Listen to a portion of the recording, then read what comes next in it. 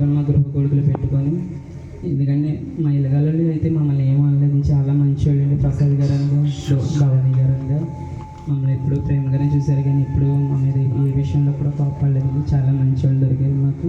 కానీ ఏంటంటే ప్రార్థన ఉంటాయండి, సంవత్సరానికి ఒకసారి అయితే పెట్టుకోమని అన్నారు. అది సంవత్సరానికి ఇక్కడ పెట్టుకునేలాగా మీ అందరూ ప్రార్థన చేయండి. అదే ప్రతి నెల కూడా ఇంక కానించి చర్చిలోనే పెట్టుకునేలాగా మీ అనుదిన ప్రార్థన జ్ఞాపకం చేసుకోండి. మేము ప్రార్థనలో కోల్పోకుండా. అలాగే రాత్రి నుంచి అయితే నేను చాలా బలహీనమైపోయాను. రాత్రి నుంచి అయితే నాకు 11 కానీ చేస్తే నిద్రే పట్టట్లేదు. ఎందుకంటే గ్యాస్ బాగా ఎక్కువైపోయింది. ఆవేశం వచ్చాక నువ్వు పీల్చుకోలేకపోతున్నాను, నొప్పి. ఎందుకంటే మిగతా రోజులంతా బాగానే ఉంటుంది. మన చర్చిలో కూడా ఏంటంటే నెలంతా బాగానే ఉంటుంది. ఎప్పుడైతే ఈ భోజనానికి సరుకులు కొంటాను, అవి కొంటాను, అప్పుడే చాలా బలహీనమైపోయి సిక్ అయిపోతూ ఉంటాను. నాకే తెలీదు. ఇప్పటిదాకా బాగానే ఉన్నాను కదా, దేవుడి పని వచ్చేసరికి ఇంటి నేను ఇంత బలహీనం అయిపోతున్నాను. ఎందుకంటే అపవాదం నేను ఎంతగానో పడేయాలని చూస్తున్నాను. కానీ ఏంటంటే దేవుని ఇచ్చిన ధైర్యం ద్వారాగా, దేవుడి ఇచ్చిన శక్తి ద్వారా నేను ముందుకు వెళ్తున్నాను. ముందుకండి మీ అనుదిన ప్రార్థనలో నన్ను జ్ఞాపకం చేసుకోండి. మరి రాజు కూడా చాలా బలహీనంగా ఉంది. తనకు కూడా చాలా నీరసం, కాళ్ళు చేతులు అవుతుందని చెప్తున్నాను. తన గురించి కూడా మీరు ప్రార్థన చేయండి. పని అయితే చాలా ఎక్కువైపోయింది. అలాగే నా బిడ్డల విషయం మీరు ప్రార్థన చేయండి. బిడ్డలు ఇద్దరు బాగా చదువుకునేవారుగా, రాజుకి చక్కటి జ్ఞానం దేవుడు ఇచ్చేవారుగా, ప్రతి ఒక్క విషయంలో రాజు ముందుండి అలాగే మీ అనుదిన ప్రార్థన జ్ఞాపకం చేసుకోండి. అలాగే నాకు ఇచ్చిన తల్లిదండ్రులు మీరు జ్ఞాపకం చేసుకోండి. మా అమ్మగారికి అయితే ఆపరేషన్ చేయించలేదు, ఇంకా చేయించాలి. ఇంకా డబ్బులు లేక నేను చేయించలేదు. రమ్మన్నాం కానీ రాలేదండి ఆవిడ. నేను రాలేనమ్మా అన్నది. మరి నా తల్లిగారి గురించి కూడా మీరు ప్రార్థన చేయండి. ప్రార్థన చేస్తున్నారు, ఇంకా చేయమని అడుగుతున్నాను, ప్రార్థన చేయండి. అలాగే మా అత్తయ్య గారు, మా మామయ్య గారి గురించి ప్రార్థన చేయండి. అలా అయితే చాలా అప్పుల్లో మునిగిపోయారు పాపం. కొడుకు ఎటువంటి సహాయం చేయండి. ఇల్లు అయితే ఆ ఇల్లు పోద్దని చెప్పుకొని దొరికిన దగ్గరల్లా డబ్బులు తీసుకుని వాళ్ళ దగ్గర ఉన్నదప్పుడల్లా బంగారం తాకడెట్టి డబ్బులు బాగా ఒత్తిడి చేసి డోకరా నెలసరికి 6,000 కట్టాలి. డోకరా కడతారు, వాళ్ళు తింటారో ఏం చేస్తారో అర్థం కావట్లేదు. వాళ్ళైతే చాలా ఇబ్బందులు ఉన్నాయి. వాళ్ళ కొరకు మీరు ప్రార్థన చేయండి. మరి మా అత్తయ్య గారు, మా మామయ్య గారి గురించి వాళ్ళ అప్పుల రుణాలని త్వరగా తీరేలాగా.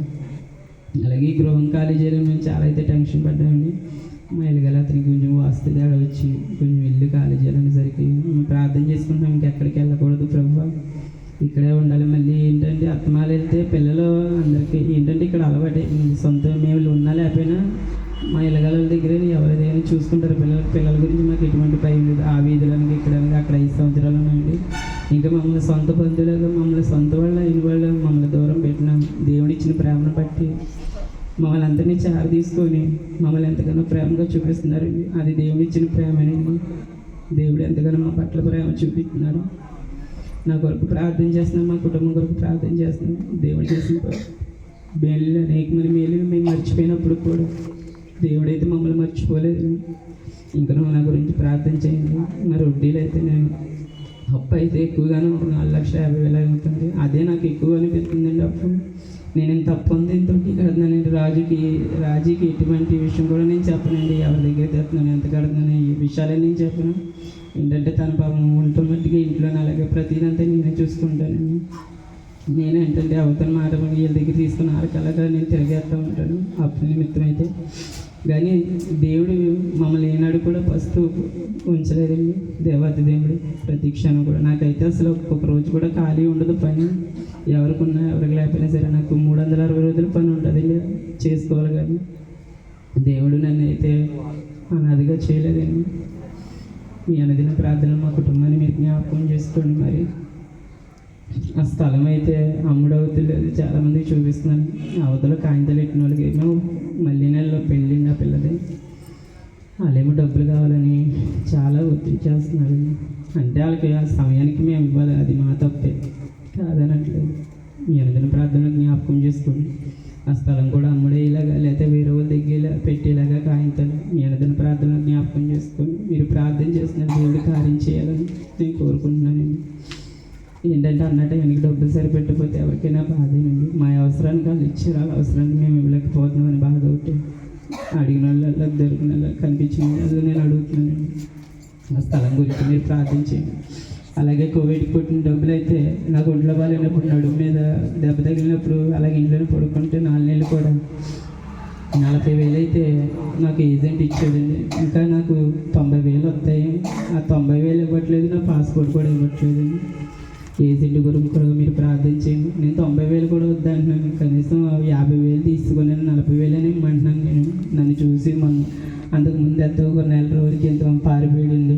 నేను ఒక్కడిని వెళ్ళిన రోజు ఉంటాడా ఉండడని చెప్పి ఉన్నాడు. కరెక్ట్గా నన్ను చూసి బండి స్పీడ్గా దొరికి పారిపోయాడు. వాళ్ళు ఇల్లు కూడా ఖాళీ చేశారు.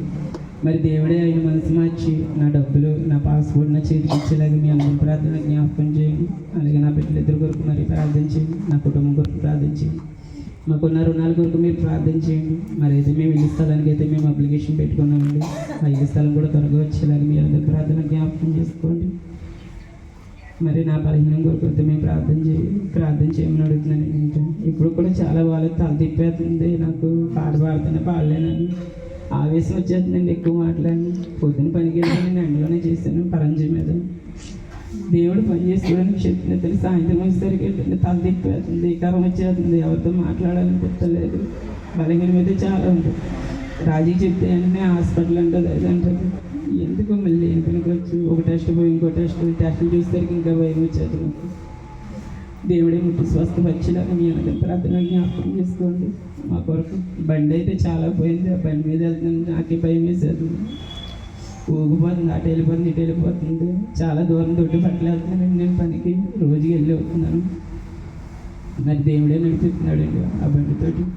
మేము బండి కూడా కొనుక్కునేవారుగా మీ అందరి ప్రార్థన జ్ఞాపకం చేసుకోండి. ముఖ్యంగా నా కుటుంబం కొరకు నాకు ఇచ్చిన ప్రేమ మంచిగా సంఘాన్ని కొరకు నేను ఎంతగానో రుణస్థులై ఉన్నాను. మేము ఏ స్థితిలోని దేవుడి సంఘానికి వచ్చి పాత రోజులైతే మర్చిపోకూడదు. మేము ఏ స్థితిలో వచ్చామో ప్రతిదీ మీకు తెలుసు. మా స్థితి ఏంటో, మా పరిస్థితి ఏంటో, దాని దేవుడే మమ్మల్ని నడిపిస్తున్నాడు.